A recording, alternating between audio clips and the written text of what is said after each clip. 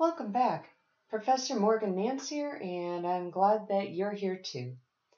The first of our Chapter 6 videos will cover just a little bit about internal control. Then we'll move into a discussion about controls over and accounting for cash.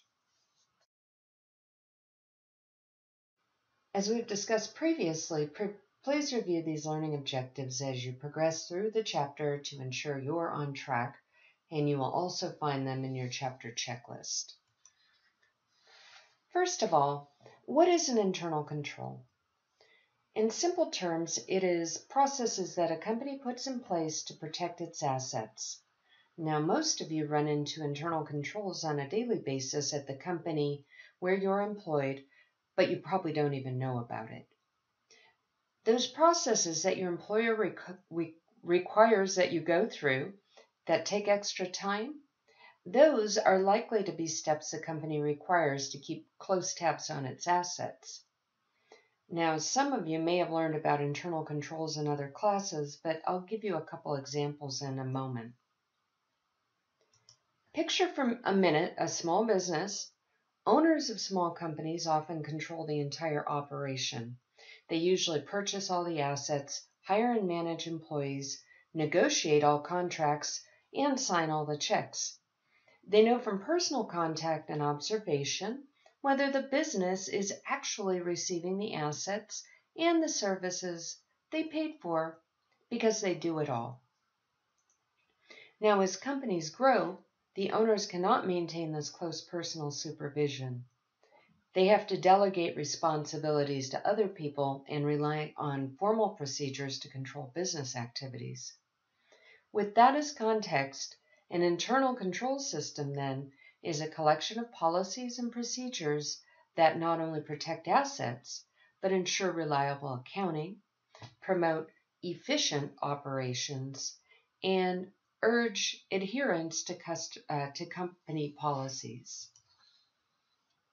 In 2002, Congress passed the Sarbanes-Oxley Act, known as SOX. This act was passed in response to several large public companies, Enron, WorldCom, Adelphia are among several listed in Chapter 1, becoming victim to individuals who committed huge amounts of fraud. It was a revolutionary piece of legislation that dramatically changed the way audits are planned and conducted.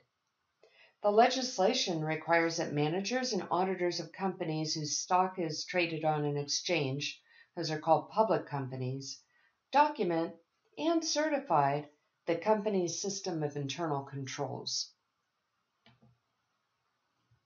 There are some specific requirements that are shown on this slide. This act requires that auditors evaluate internal controls and issue an internal control report.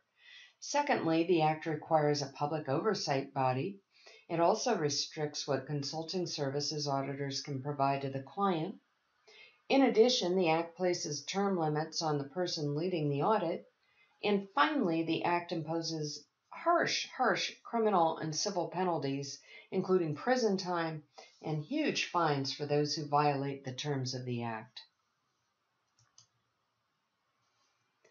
Now, internal control policies and procedures vary from company to company, depending on the nature of its business and its size. Certain fundamental internal control principles apply to all companies, and they're listed on this slide and in your textbook.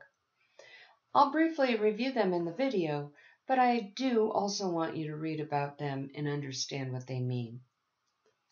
An example you might have encountered is when you take a return back to a merchandiser such as Target or Home Depot.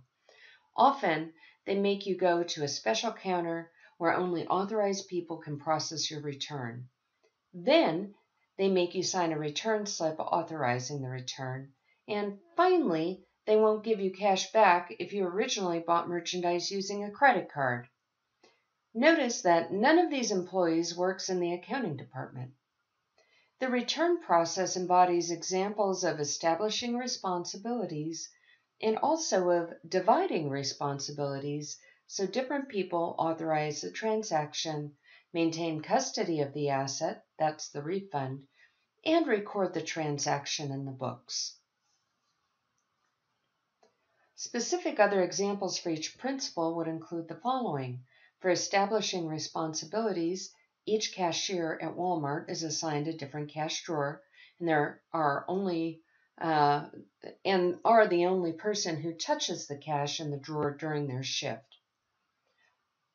Maintaining adequate records, an example, all invoices and checks are pre-numbered, and the numbers are in sequential order so that any that are missing may be questioned. Companies insure assets and bond key employees. Now, bonding is a type of insurance that is purchased for employees who transport or otherwise handle a lot of cash.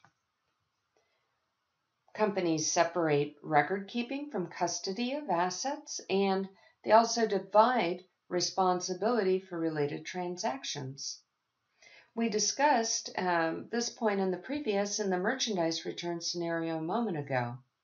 Another example would be to separate hiring an employee, that would be human resources, from approving time cards, the employee supervisor, processing the payroll clerk, and signing the checks, the CFO. This ensures only legitimate employees are hired, they are paid at the right rate for the hours worked, and it prevents the person who writes checks from creating a fictitious employee. And here's another example for acquiring merchandise. Separate responsibility for purchasing, approval of the price and vendor, receiving the quantity, that's item verification, processing the supplier invoice, that verifies the invoice matches what was ordered and received, signing the check, that's the control over cash dispersed, and then reconciling the bank account, which is an independent review to prevent collusion. This process prevents the manager of a concrete products company from requesting that a supplier ship cement to his own home and the company paying for it because it appears to be a legitimate customer. Companies apply technological controls. Computer systems have many built-in controls. A few that you may be familiar with include these. Only permit authorized persons with a password to open the cash drawer. Don't post a journal entry if debits are not equal to credits. Don't process a return unless the item number is recognized by the system as valid. Now, many technological controls are set up before anyone ever uses the computer system. And finally, companies perform regular and independent reviews. These include many management oversight functions, including the review of monthly financial statements and other reports. Of course, any internal control system has limitations. Unfortunately, sometimes we just make mistakes, right? And even more unfortunately, there are sometimes individuals who see an opportunity for personal gain and act upon it. Remember, fraud is driven by a triple threat of opportunity, pressure, and the fraudster's ability to rationalize that it's okay to do.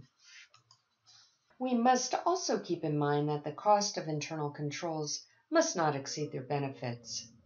As a manager, you'll want to carefully consider all the ramifications of putting an internal control into place.